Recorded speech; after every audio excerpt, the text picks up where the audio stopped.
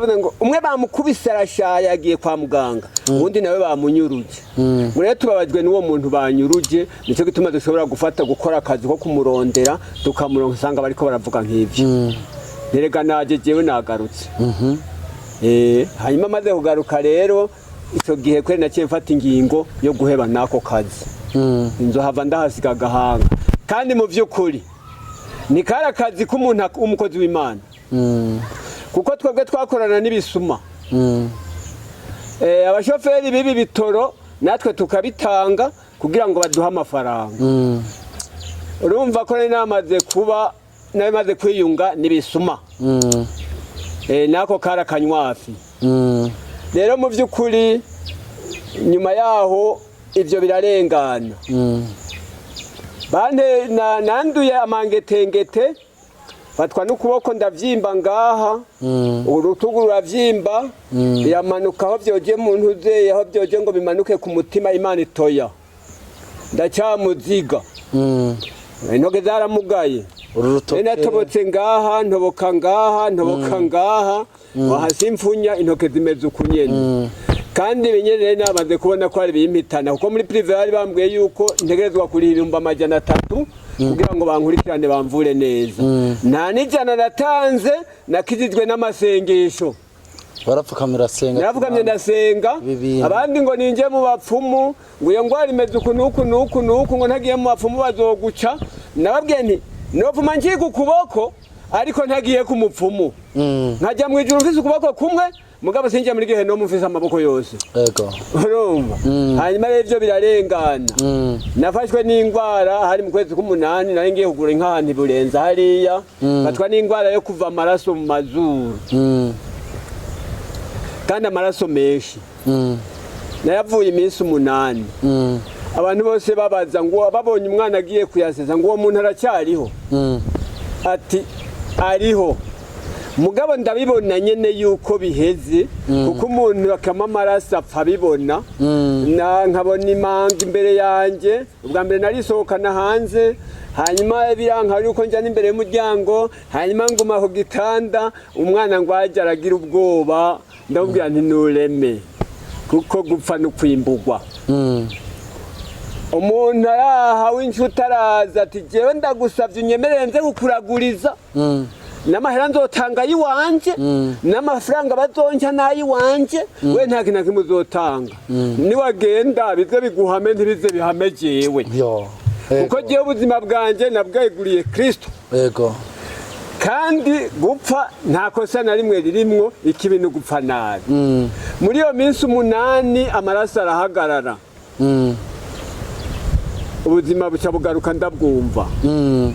nataje muhira nitera hejuru haleluya Imana ni nziza rero mu busanzwe ivyo byose byanyigishije yuko Imana ivuze ibikivuze yavuze ko nzopfa nisaziye kandi nzosozera neza kuko jewe igituma ndavyemera niyo mwanya n'ibigeragezo binakurabona yuko abantu bashobora kuvugana nabi bari kumwe no mwishengero abandi ugasanga umuntu bamufashe nabi yataye ishengero yagiye mugabo jewe umutima wo kuvuga ngo ndiko ndava mwishengero ryandeze ndiko ndajarajara ntawubaho naho bombwira bati ntiwicara ku ntebe uricara hajya hasi no hicara muganga asenga Imana yampamagaye jewe ndondera Imana sindondera umuntu rero mu vy'ukuri Imana yagingirira neza uko yego ndafise abakwe 4 mugabo umwe yaritavye Imana busigaranye 3 mfise abahungu 7 sindaronka mu kazana ndasenga Imana ngo impu mu kazana kuko impaye no ryoherwa yego Imana ivyumve rero mu vy'ukuri mukurikirana mwitonde rero mu vy'ukuri yego jewe ico novuga abantu bajakariye ibintu by'ubusambanyi yego ibintu by'ubusambanyi birafutanya ku muntu wari we wese yego kuko mu busanzwe bwiza urashobora gusanga wabutaye ariko watoranye umuvumo watoranye iherezo ribi yego jewe rero iyo nkoni narayikubiswe nzize ubusambanyi kandi nzize no gukora ibitatu ivy'Imana idakunda hari abantu icacu ubusambanyi hari ukwene bagifata bakabona yuko umwana w'umukobwa yagiye gusambana cyangwa umugore ari waza kugirwa ko ingaruka mbi n'ico caha kabona umengo niwe biza kumenyekana araza gutwara inda bigira ingaruka inda itateguwe inda y'ishushu mu muryango ndundi barasukumwe bamubona uwo muntu bamucira urubanza ariko umugabo yateye inda cyangwa umusore yateye inda ukamengo nta rubanza rumuriko ukamengo nibisanzwe Mutama ufise imyaka myinshi wabonye byinshi na wowe hari ntaho yawe y'ubuzima bwawe hari byo wagiye ubona bimeze gute ico caha ni gute bimeze n'izihe ngaruka wabonye ku muntu ku bagabo baja guhunahuna icyo cyaha nta numwe kidashobora gufutanya mbere na mbere umuntu w'umugabo cyangwa umusore iyo yingiye mu mpwemu yo busambanyi iyo adahuye n'indwara ngo imugirire nabi ahura n'ubukene yego kuko byose ni bibi iyo umusore afise iyo ngorane yo kwamara karashurashura nta kazoza agira kandi kanatsinda ijambo ry'Imana riravuga yuko ubusambanyi na vino n'umubira wayo bimara ubwenge nasanze umuntu w'umusambanyi atabwenge afise kuko kenshi usanga umutima uhagaze ku bintu bitagira ikimazi nta n'inyungu ibamwo oya nta muntu azokubwira ngo je naragiye gusambana nunguka iki ariko kandi uzosanga umuntu yamaze gufatwa niyo muhemu abikunda gusumba uko akunda amafaranga kuko amafaranga woguze ipataro urashobora kuza kuyatanga uyasororera umukobwa cyangwa umuhaye ivyo akeneye yamusavye mugabo ugasanga we wagenda gusa n'umugabo nuko nta mugabo w'umusambanyi ashobora kurera abana ndazi neza yuko iyo ntahindukirira Imana abo bana banje nta mwana bari kumwe nanjye kandi ntawe ubanyubaha baba barashwiragiye baba ntazi bamwe iyo bageze ariko uyu munsi Imana yarangiriye neza kuko abana banje bakuriye mu rugo bakura bafise indero nziza bakura bazi bumva gakiza abakobwa narabarungitse mu mutekano bafiswe n'abakozi b'Imana kandi wanyuma namurungitse mu kwezi kwa 12 afite n'ubuzima n'umusirikare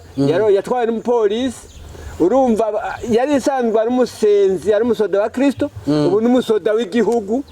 kandi yarose n'umugabo niwe muhererezi wanje n'abandi bose bamerewe neza kandi n'abana b'abahungu nta mwana w'umuhungu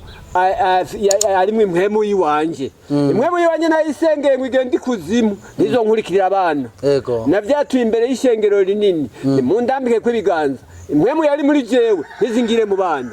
nta mwana yiwanje arimwe impwemu mbi umukozi w'Imana hari impanuro ufite impanuro nyinshi cyane numva utanga ku bantu hari abantu usanga yarabayeho mu buzima ugasanga ariko akora ibyaha yari imboregwa yari umusuma yari umusambanyi yari umurozi ugasanga ni nkaho niyo agiye gukizwa ugasanga abana biwe iyo mwemu irabakurikiranye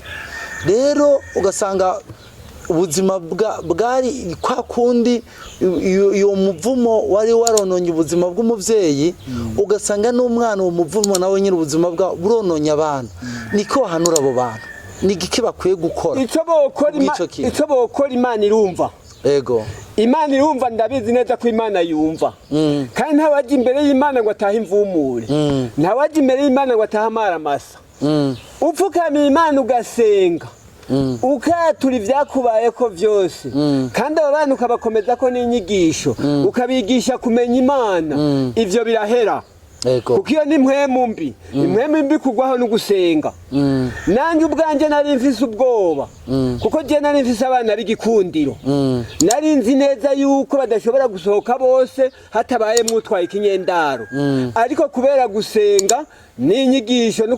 kuba barahindukiriye Imana bakavyemera bakumva n'impanuro barubatse atakinyendaro bansigiye Imana yo mwijuru ndihabwa icubahiro amen amen turashimiye Imana cyane yo mwijuru ibikorwa ikora bene data ibi Imana yakoreye uno Mutama nawe uno munsi Imana yo bigukorera Imana ntirarangizanya nawe Imana iracafise ubushobozi kuri wewe Imana iragukunda kurusha uko nawe wikunda turumva neza ubuzima bwe ko yabayeho mu buzima bwo kutikunda, ariyanka, arigirira nabi, yihereza ibiyayuramutwe, yihereza ibyomwishe, yihereza ibintu bibi. Ariko Imana imugirira neza. Imana imuha abana barambwiye ko atazobyara. Imana imuha ubuzima. Ibyo yabona bigiye kumuha ko ku buzima bwe si byo byabaye. Nagomba ndakubwira ngo nta handi biva mu Mana. Tugiye gusozera ikiganiro cacu, iki gice c'intahe. Intahe zirabandanya, tuzokomeza twumve n'izindi ntahe nyinshi. Ariko hariho wowe uri kuraca muri ibi, utabona imbere yawe, utabona inyuma, utabona impande, ibihe byose ukaguma wumva wihebuye, wipfuza gupfa. Kandi ngo usanga nawe uri mu bihe byo kugerageza kwiyahura, wiyaka ubuzima kubera ibihurimo.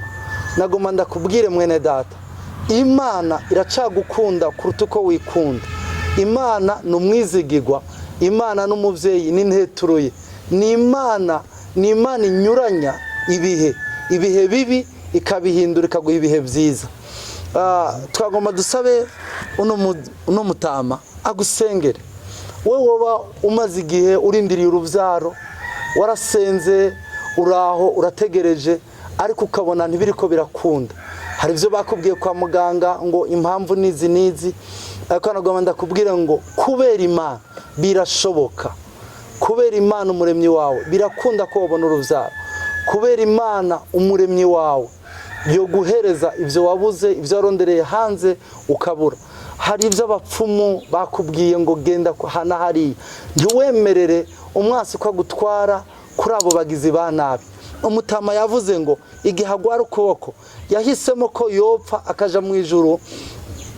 afise ukuboko kumwe, nubwo uyoja kwa muganga bakaguca, akazoja mu ijuru afise ukuboko kumwe. Hako yoja kwa Satani afise amaboko yose. Va mu by'ubupfumu, va mu by'ubupagani, uze mu by'Imana. Imana izo kugirira neza, iyo mitwaro yawe yizane. Yesu Kristo nta kimunanira. Reka dusabe umutama abasengere. Mana yo mwijuru, Mana data wa twese kandi nyine ubasha bwinshi. Reka tugushimire mwami wanje ukuntu wemeye ko tuba hano hantu. Reka tugushimire nyakubahwa ko ari wazigamye ubugingo bwacu guhera muri rya joro, ukatwemerera kuvyuka, ukatwemerera guhagarara ku birenge, ukatwemerera no kuba mwakino giteramo Mana. Mwami nye n'amahoro twariko turashima ukugira neza kwawe, kuko mwami wanje uri Imana y'imbabazi, kandi imbabazi zawe zamaho ibihe bidashira. Nuko rero turakwinginze Mana, kuko turagushingira intahe ko watugiriye neza, ukadukura ku cavu, ukatwicarikana n'ibikomangoma, ukatugirira neza, ukaduhezagiza ibibondo naho byavuga ukundi kuntu. Mwami wanje warakoze. Reka rero tugusabe Mana,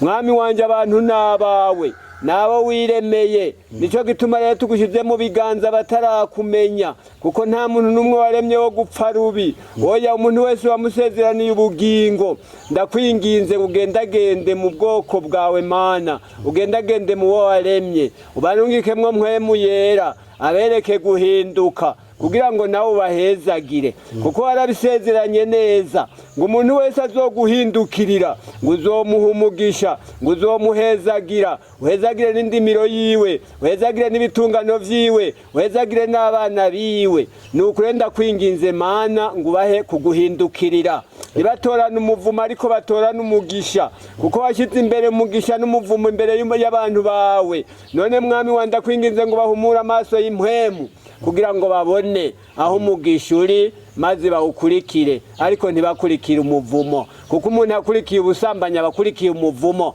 kandi umuntu akurikiye ubupfumu abakurikiye umuvumo. Abarozi baba bahisemwo umuvumo. Ivyo mwami turavyanse kandi turabikemeye ntibiherengetezwe. Mwami wanje abantu bose baba kukuvugira, baba gukorera, turakwinginze rero Mana utubana nacu, utuzigamo tuzitirire, kuko iyo tumaze gushinga intahe Satani araraka. Nico gituma tukwishize mu biganza, kugira ngo turwanire intambara z'uburyo bwose, kandi dufate ukuboko. Twaratanguye ariko twifuza gusozera neza. Turagusavye rero iherezo ryiza Mana, kugira ngo tuze duheze tukivugana nawe, twigushingira intahe, ducemera kuri Imana yacu. Uzobukoze, reka tugusabe ivyo bike bisigaye navyo bidukorere ku buntu, ni mu izina ryawe ryera. Amen.